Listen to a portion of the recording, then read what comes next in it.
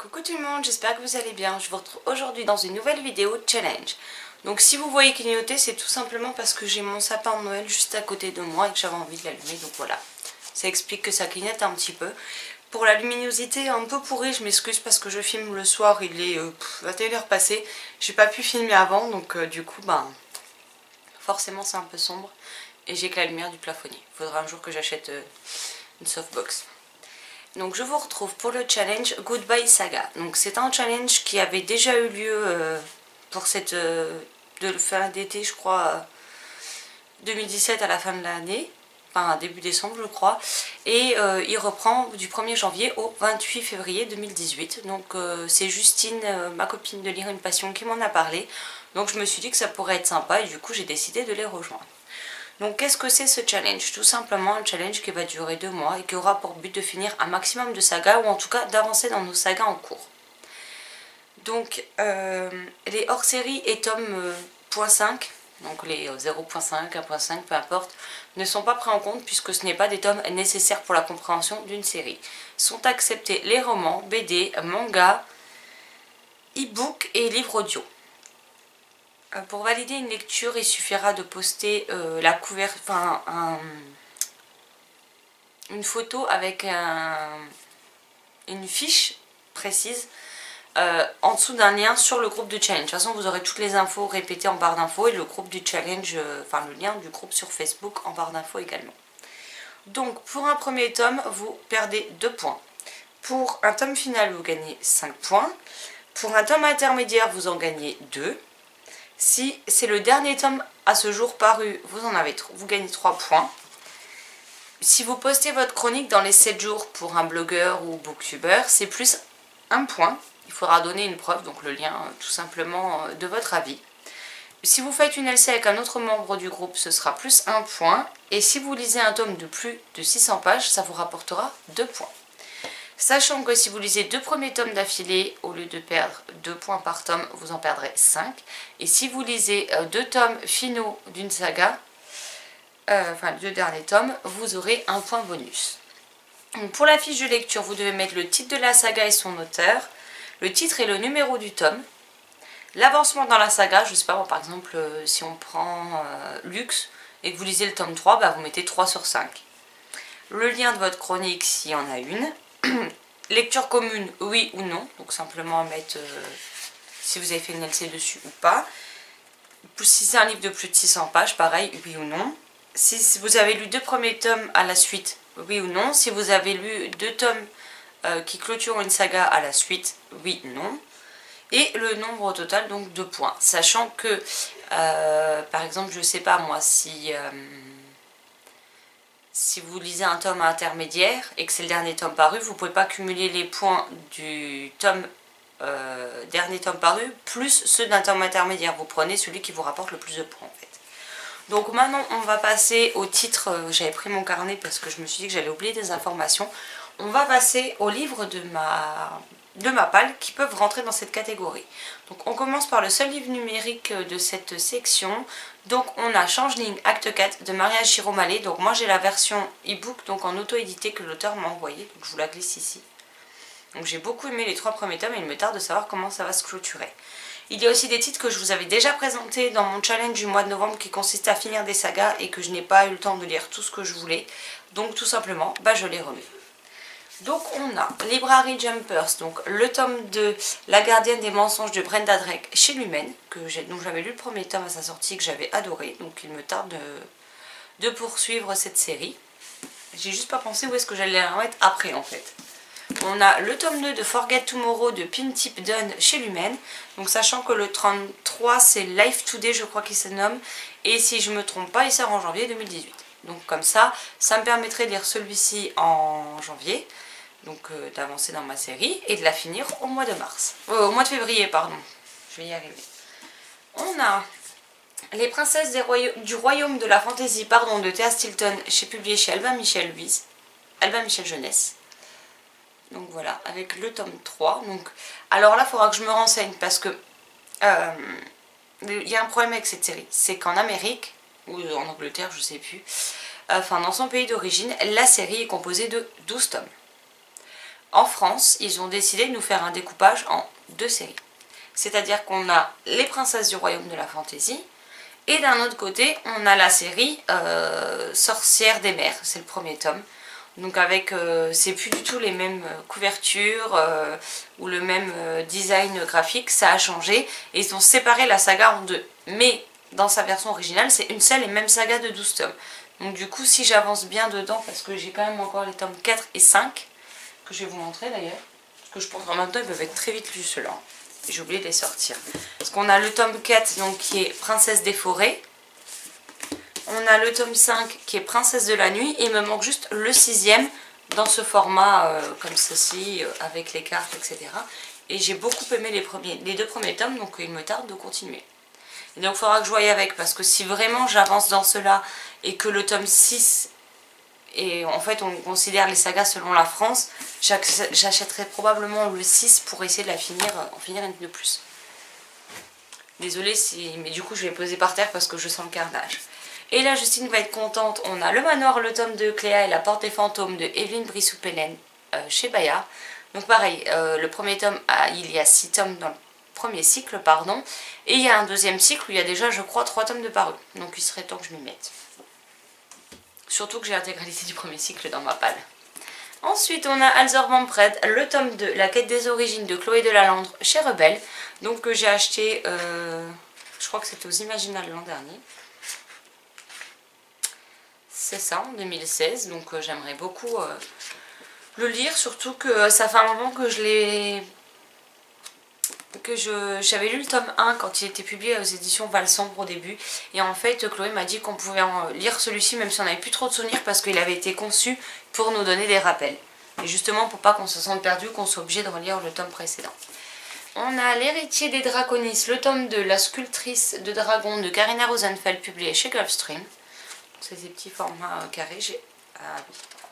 J'ai pas pensé à regarder, mais comme pour le premier tome, hein, on va s'amuser. Si vous faites ça, vous voyez le dragon qui bouge, qui vole. Et ça nous avait beaucoup amusé avec Karina sur le premier tome. On a Le Masque du Silence, le livre 2 de Charlène Gros-Piron, auteur, j'allais dire, chez Anyway Édition. Donc voilà, j'avais beaucoup aimé le premier tome pour lequel j'avais eu un coup de cœur, donc j'ai envie de connaître comment ça va se terminer. On a Génération K, le tome 2, qui n'a pas de titre, de Marine Kerteron, publié aux éditions du Rouergue. Donc là pareil, j'avais lu le premier tome que j'avais plutôt bien aimé. J'avais pas fait de chronique écrite, mais j'avais fait une chronique en vidéo. Malheureusement, la vidéo, elle s'est coupée, du coup, vous n'avez jamais eu mon avis. Et après, je m'en souvenais plus quand je m'en suis rendu compte. C'était trop tard et je n'avais plus de souvenirs pour vous faire un avis détaillé. Après, je me souviens plus ou moins de l'histoire, donc il me tarde de me replonger dedans. Surtout que c'est une trilogie, que le 3e tome est déjà paru.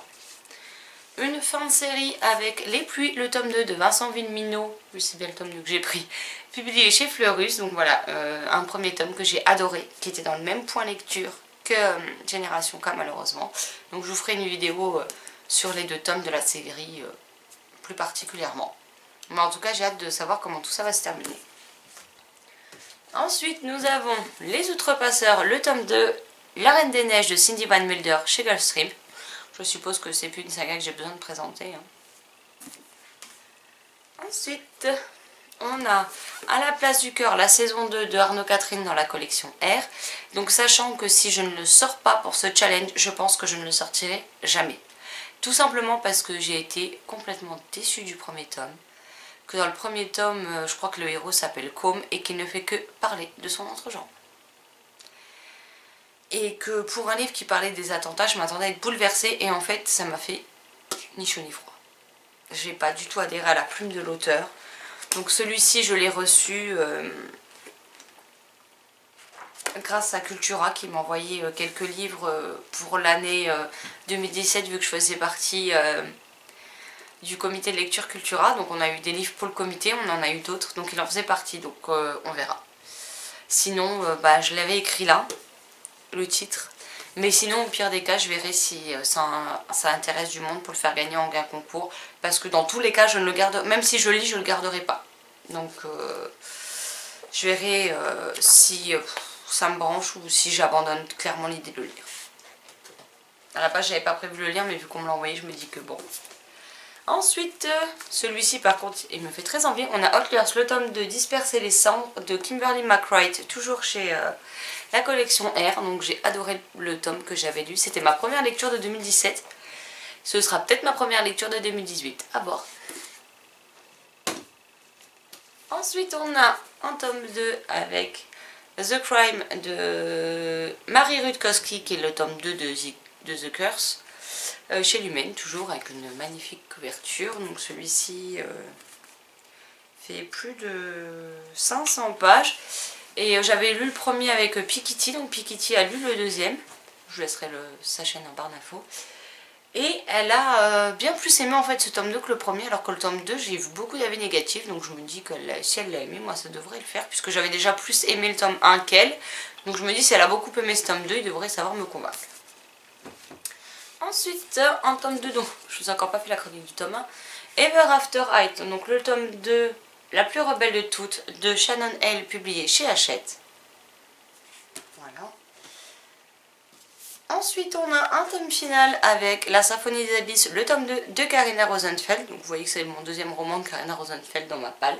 Donc publié à la collection R. Pareil, j'avais vraiment adoré le premier tome et il me tarde de savoir comment tout ça va se finir, surtout que bon... La police d'écriture, j'ai envie de vous dire, est gigantesque, donc ça devrait très vite se lire. Rebecca Keane, le tome 2 de Cassandra O'Donnell, publié chez J'ai lu. Donc pour avoir revu Cassandra à Montreuil, elle m'a dit que je pouvais faire largement une pause après le tome 5. Parce qu'en fait, pour l'instant, je n'osais pas me replonger dedans, sachant que la série n'est pas finie et que le prochain tome, il y en aura encore au moins un, voire deux, pour clôturer Rebecca Keane, parce qu'elle n'arrivera pas à... Elle pense pas réussir à clôturer tout en un seul tome. Mais que malheureusement il n'est pas prévu pour 2018. Donc du coup je faisais trader, mais vu qu'elle m'a dit que je pouvais faire une pause au tome 5, je pense que je lirai jusqu'au tome 5 en 2018. Et puis je me garderai le 6 pour quand le 7 sera en approche. Ensuite nous avons Les Amours de Lara Jane, le tome 2 PS Je t'aime toujours de Jenny Han, publié chez Panini dans la collection Scarlett. J'avais bien aimé le premier tome. Le troisième est sorti il n'y a pas très longtemps. Il fait 350 pages, pareil, c'est écrit gros. C'est du contemporain, c'est du young adulte, c'est une romance et ça se lit en général plutôt très bien. Et très vite. Ensuite, nous avons Mantine, le tome 2. Cette fois, c'est l'internat de Joe Vitek, publié chez Flammarion Jeunesse. Donc j'avais lu le tome 1 l'an dernier que j'avais plutôt bien aimé. C'était frais, c'était drôle... C'était intéressant, donc je pense que je vais me lire le tome 2 rapidement, puis j'ai le tome 3 dans ma palle. Donc voilà, ça fait 260 pages, c'est écrit très gros, il y a des endroits comme ceci où déjà vous n'avez pas grand chose là vous avez un dessin, et puis les centaines de chapitres sont décorés comme ceci, donc ça déjà limite, déjà ça limite le nombre de pages. Ensuite on a Les Plieurs de temps, le tome 2, Anthony à 5 minutes près de Manon Fargueton, publié chez Rajo, donc qui est aussi un titre du prix littéraire de l'imaginaire des booktubeurs, blogueurs, je sais plus dans quel ordre c'est. C'est une vidéo que vous allez voir bientôt sur la chaîne, mais que j'ai pas eu le temps encore de tourner. Donc voilà, mais elle arrive très bientôt. Elle arrivera avant la fin de l'année, promis. Et donc j'ai hâte de m'y plonger, surtout que le tome 3 est déjà parti en correction, si je dis pas de bêtises, donc c'est celui sur Camille, et donc il nous restera celui sur Charlie, mais je pense que les deux paraîtront en 2018, j'espère. Et on a un tome 2 d'une saga, donc je doute avoir un jour le tome 3, puisque le premier tome c'est Anna et le French Kiss, et le deuxième c'est Lola et le garçon d'à côté de Stephanie Perkins, publié à la Martinière J-Fiction. Donc c'est une romance contemporaine young adulte, si je dis pas de bêtises. J'avais plutôt bien aimé Anna et le French Kiss.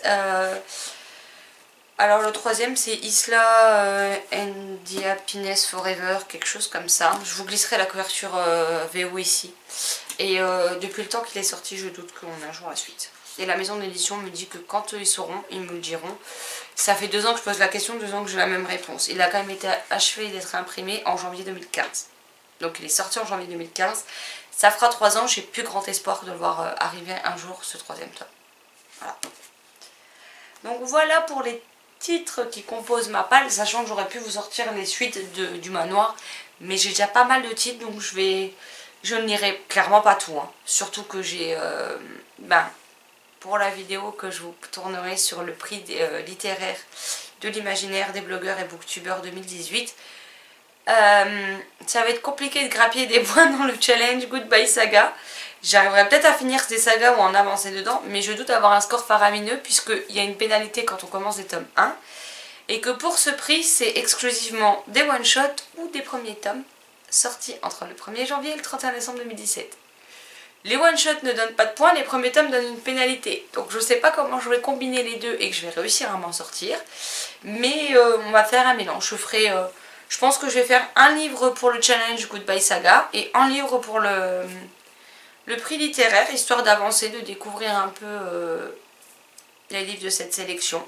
Donc du coup, je pense que je ferai une lecture sur 2, histoire d'en lire à peu près le même nombre sur ces 2 mois dans chaque challenge. Même si je finis avec un score lamentable au challenge Goodbye Saga, le plus important c'est de se motiver à continuer ou à finir des sagas. Donc après, je le fais pas pour les points, je le fais pas pour gagner haut la main ce challenge. Je le fais juste pour me motiver et donc à poursuivre ou à finir des sagas, tout simplement. En plus, vu qu'on a des points qui sont rapportés quand on publie une chronique sous 7 jours, et que cette année j'avais pris pour résolution de lire un livre, de le chroniquer avant d'en commencer un nouveau, et que je m'y suis tenue 3 semaines, c'est pas très brillant, hein. Du coup là, le fait que ça rapporte des points et que je vais lire des premiers tomes, donc je vais en chuter, je pense que ça va me motiver justement pour faire mes chroniques en temps et en heure, pour ne plus accumuler de retard et pour grappiller des points pour compenser un peu les premiers tomes que je vais lire et qui vont m'en faire chuter. En tout cas, c'est ce que j'espère, donc je vous dirai le verdict très bientôt. Par contre, je voulais juste vous montrer un de mes achats de la semaine. Alors, je l'ai acheté, je l'ai essayé, le soir même il est parti en machine à laver pour sécher, histoire que le lendemain je puisse le porter, mais regardez-moi ça. Je sais pas si vous allez bien voir. Mais j'ai trouvé ce pull de Noël chez Ziman. Par contre, les copines les ont trouvés à 7-8 € chez Ziman. Moi, je l'ai payé 13 €, mais bon, tant pis. Mais en fait, je voulais un pull où je peux mettre un col roulé en dessous. Donc, je l'ai pris plus grand et il est trop mignon avec les petits pingouins. Voilà, c'était l'info inutile de cette vidéo, mais c'est pas grave. Sur ce, je vous souhaite un excellent dimanche, de très belles lectures et je vous dis à très vite dans une prochaine vidéo. Bye bye.